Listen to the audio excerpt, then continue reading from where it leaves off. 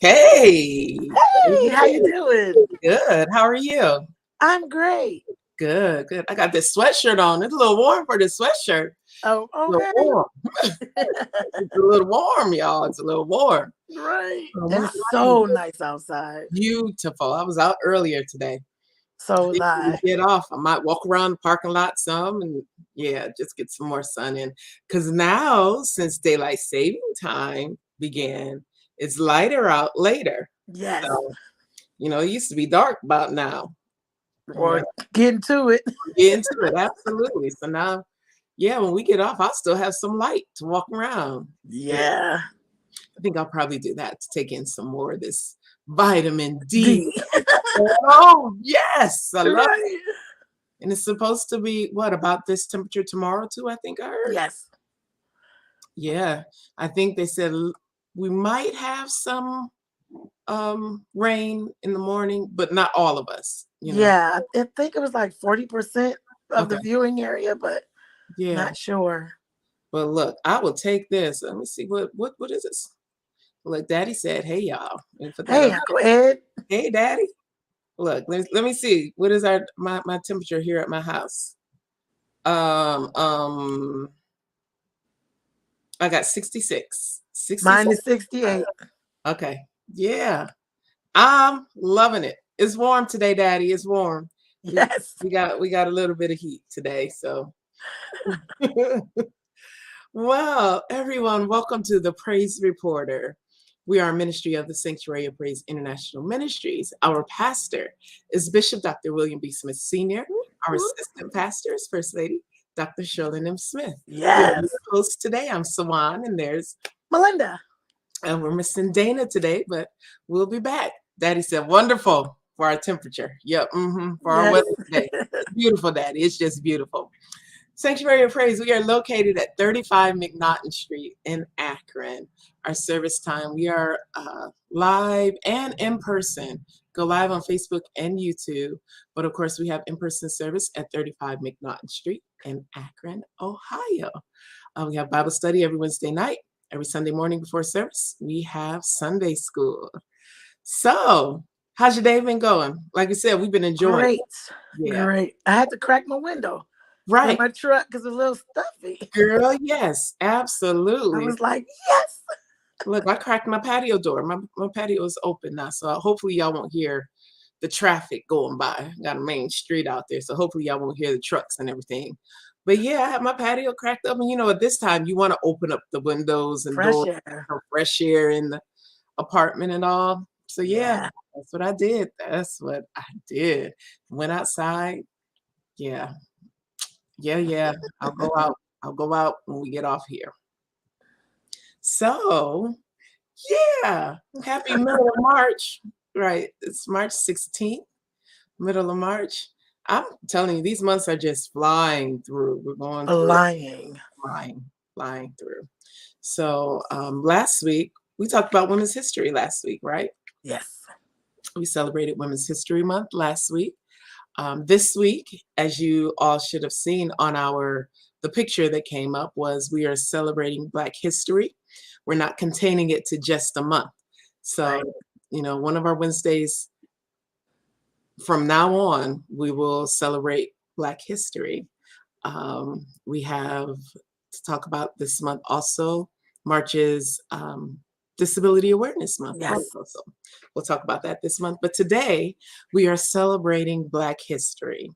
So we've got some Black History facts, Black History moments that we're going to talk about today. And if you want to join us at any time on our broadcast, just let us know. We don't mind having guests.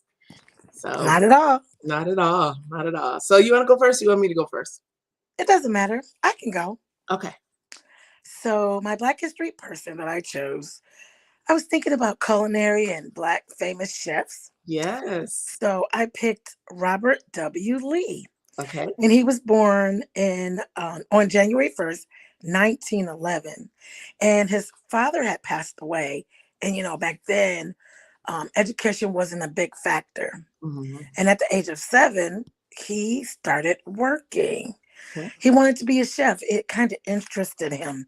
So it was a French chef by the name of Eugene. I don't know if I'm saying it correctly, but Barvuel, Okay. Look. French, and at the Biltmore Hotel. Okay. And he kind of like trained under him. So he was like his little chef boy to help him. Okay. And he trained under him for 13 years. Wow. And after he did that, he moved on to work on show other people, other chefs he trained. He trained hundreds and hundreds of men and women to be chefs. And he ended up working at a hotel in Harrisburg, Pennsylvania. And he was working there and he was training other chefs.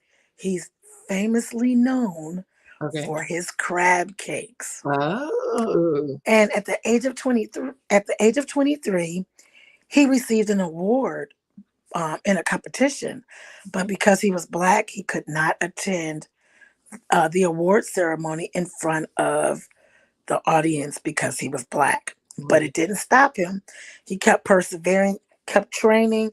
Then he started training in World War II Okay. in the Army and teaching hundreds of other chefs how to prepare cuisine. And he was famous for his hors d'oeuvres, his crab cakes, his salads, and just doing all kinds of really cool things being a chef. And it all paid off because President Franklin Delano Roosevelt gave him a special award. Wow. And he was recognized, and he continued on to travel through Georgia and some other places like South Carolina, Georgia, and Florida. Wow. And he was like still cooking, still training, and he died November 24th, 1999 Wow. in Harrisburg. Okay. And they said he cooked up to the end. And Good. I even made sure I copied the homemade crab cake Girl, recipe. let me So know if what you you want think. to know more about him, you can go to Google and type Okay. in African American chef Okay. Robert W. Lee. And there's a whole write up. And they feel like he should be in the Chef's Hall of Fame. And I think they were working on that the year before he passed away in 1998. So he lived a long, prosperous life as one of the first African American chefs. Wow. And I love crab cakes. So I'm going to try it. Yeah. Like I said, let me know when you try it, girl. Let me know when you try it. I will. Mm-hmm. I'll come try them with you. Mm-hmm. Look, that is so great. I love culinary, Yes. we all call ourselves some kind of lightweight chefs. If not, Right. we like to cook. I Mhm. always say cooking takes me to a whole nother world. It does. It's relaxing, isn't it? It really is. If I'm having a bad day, an anxious day, I can just get in there and start cooking. It calms my mind, calms my Right. spirit. Yeah, cooking does. It's just great. I like to cook for my family. Yeah, Sometimes my mom's an amazing cook. Well, yeah, her sisters too, and my uncles, amazing cooks. And I like being in the kitchen with her. yeah. And it's funny that Robert Lee was 7 because I was 7 when I started cooking. Wow. Like my mom let me start with small things and worked our way up. And then she would say, "Do you think you can make this? How about you make a small batch of this and see how it turns out?" And then it would turn out good. And then, I feel like the more you cook, you add your own twist to it to make it your own. Right. And I know a lot of young women who don't know how to cook. And I tell them, look up recipes. You can go on YouTube, you can jot down recipes of something you want Mhm. to try, Right. write down the recipe. And then when you add your own twist in it, to it, start your own cookbook and pass it down to your children. So, and it's really fun. I like to cook. Yeah. And my daughter at 7, Mom, I want to cook. And then she would cook, and she's an amazing cook. Yeah. Now, my grandson, he didn't start as young as her, but he was maybe about 9 or 10. Okay. Then he stopped. Now he's back on his cooking grind, and Yeah. he's cooking some amazing things and posting them. Right. Send me a picture. Mama, look what I cooked. So, yeah, Uh, it's really good. And I just like cooking. It's relaxing. yeah. But I like to see the look on their faces when they taste something new for the first time, Right. and you're waiting for that initial, Right. or if it's going to be, oh my God, this is so good. So Right. that's the joy I get out of cooking, just to see Yeah. their faces. Yeah. I just love cooking. The last cooking experience I had with my mom was in 2019 when she came up for Thanksgiving, and she was here. I want to say it was maybe 2 weeks she was here, but it was during Thanksgiving time, and we were going to my brother's house. But we were all bringing something to my brother's house. And I remember in the kitchen, I was in the kitchen, and mom would sit at the table right outside of the kitchen. And it's just having her there and asking questions. My mom can bake a pound cake. My mom could just cook, period. She was But an amazing cook. Oh, I right, remember those recipes. right. But my brother does justice to her pound cake recipe also. He does really good with it. But I was making a pound cake that day with her. And then I was making some cobblers, and, you know, um, I was making some cobblers that I could eat also, but then regular cobblers. I made a sweet potato pie, sweet potato cheesecake. But the pound cake, more importantly, because that was, one of the things she did. And I remember just in the kitchen making it. I wouldn't let her in the kitchen to do it because I wanted to actually do it myself. So she sat there right outside of the kitchen. I'll go, Mom, well, what do I do with this? How do I do this? Well, Swan, you got it. Is it room temperature, Swan? Just remembering all the things all the tips she gave, and even just throughout the years, but just that one more importantly, just really, yeah, pulls at me. But yeah, just having that last Thanksgiving with her. And then we went over Richard's house for Thanksgiving, and we had a good time. My mom, we grew up playing board games also. So Right. playing games with her. We take no prisoners, even if you're a kid. We don't. Yeah, just go back to Thanksgiving. But yeah, that was just great. Great. But yeah, I love cooking. I got my love of cooking from my mom because that's what she did. She was a cook for Head Start for years before she went into teaching for Head Start. Right. So absolutely. So I love Robert W. Lee. I'm going to look him up, and look at some of his recipes. I might try some also. Right at the end of the article, it has this famous crab cake recipe, like what to do step by step, everything. And I was like, I'm going to try this. Right. Definitely. All right. So my Black History moment, I didn't necessarily pick a person. I picked a moment or I picked a moment. So I want to talk about, and what helped me was last week when Aunt Kathy talked about the book, I Am Enough. Right. Yeah. I love that book. Right. And then I was talking to India today, and she was talking about the book, I Am Enough. And then she told me about the Netflix series, which I didn't know. Ready to say that. Yeah. Right. I didn't know about it. So that's what I want to talk about today is the Netflix series. It's called Netflix Bookmarks. Yes. Right. And so it's I want to tell how many episodes there are. There's 1, 2, 3, 4, 5, 6, 7, 8, 9, 10, 11, 12 episodes. Mm-hmm. And one of the books that's read is I Am Enough. They have one talking, a young person, a young guy talks about his hair, getting a haircut. And I forget the name of that book, but I'm going to tell you really quick what the name of that. Crown, an ode to the fresh cut. So, going to the barber shop.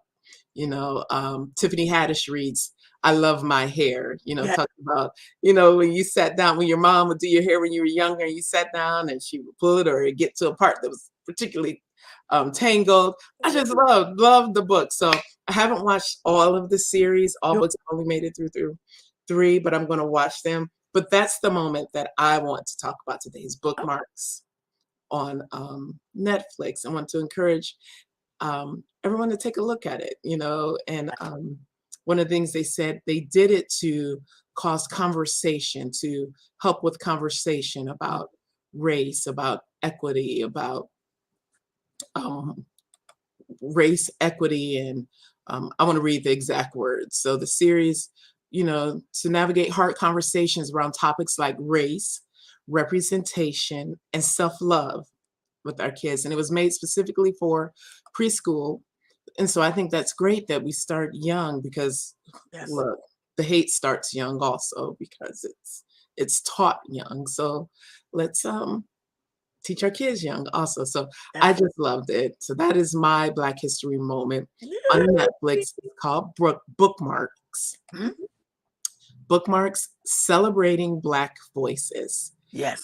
right? And so take a look at it. Take a look at it. Look at the 12 stories that are written. Really, each story is no more than 10 minutes. Right. You know, so as I say, I'm gonna read an episode. Let an episode be read to me every day. Right. Spark some conversation with our little people, with our young Mhm. people, and it's based on stories that they can understand, things that happen in their little lives that they can understand, so I like that. I loved it. It Celebrate. they're all very uniquely done, Yeah, and, for people who don't know, I was in childcare for 38 years, absolutely. and a lot of the books that they read, we already have them in our classroom, Okay. and I Am Enough is one of the more popular books, and I recognized the name of the author, but I didn't. Right, So when I saw who the author was, it right, blew me out of the water. right, Like Boo Boo Kitty from Empire. Oh right, my yeah. God, really funny. And she reads it on Yes, Netflix, so I think that's awesome. A couple of the people that wrote the books actually read them on the series. right. So Great. we encouraged our parents to, because I don't remember if they posted it on Netflix during our pandemic. Mhm, It was either in the midst of it or just mhm. before. So then we started recommending, hey, sit down if you have Netflix and watch these with your kids and Right, see how much they can tell you about the book because we've read them in our classroom. right. So some of the kids was like, I watched it with my mommy. We have that book at school, really, really uniquely done, really enjoyable stories. And Right. I really, really liked them. And so I watched them with my grandkids, and that was Yeah, really good. yeah, yeah. Good choice, Sawan. Right. So as Melinda says, she's in childcare for over going almost 40 years. Mhm. I wasn't in childcare for that long, but I've been in childcare also, you know. And you it's just great. So and I'm an advocate for reading also. So if you watch them, think about purchasing them. I say purchasing them. If you don't purchase them, think about going to the library and checking them out and reading them with your children. Actually, getting the book. It's something about having a book Yeah. in front of you. Yes, I know we're in the age of electronic technology, but it's something about having a book. I love reading anyway. When the kids were younger, when we got them gifts, we would get them a gift, but then we would get a book with them also. Because reading is fundamental. Reading comprehension is fundamental. And our kids need to learn it at a young, young, young age Yes. about reading and how powerful reading is. So I was texting one of my friends today. We were talking how fundamental reading is. So get a book, read it, introduce your child to these books, let them enjoy, and I say representation, seeing people that look like them in the book, Exactly. it's just so great, so great. So that's my moment, my Black History moment for today. Yay. That was great. Yeah. So if you have any Black History moments and you want to share them with us in the comments, please do so. We would appreciate it. If you have some books, children's books, that you would like to share with us in the comments, do that also. Um, Black History um, people, I don't like to say characters because they're not characters. They're actually people. These are people that lived their life and their life became history, Yeah. so Black history, it is our history. So thank you guys for joining us today. This is the Praise Reporter, a ministry of the Sanctuary of Praise International Ministries. Again, our pastors, Bishop Dr. William B. Smith Sr., our assistant pastors, First Lady Dr. Sheldon M. Smith. You're welcome to join us for intercessory prayer. 7 minutes. We're getting off early enough today, y'all. So you can join. You have enough time to grab something to drink and then join intercessory prayer on our prayer and praise conference call line. Start there in about 6 minutes. It is 6:24 now, and that starts at 6:30. We'll have Bible study on Zoom at 7 p.m. That link is already posted out on Facebook. We've already sent out the text to all of our saints. If you would like to be a part of our texting program, just let us know and we will make sure we text you. Did I forget anything? I don't think you did. I summed it up really great. Great, great, great. So thank you all for joining us. Hope you join us next week. And we'll see you soon. God bless you all. And we'll see you. Bye, everyone.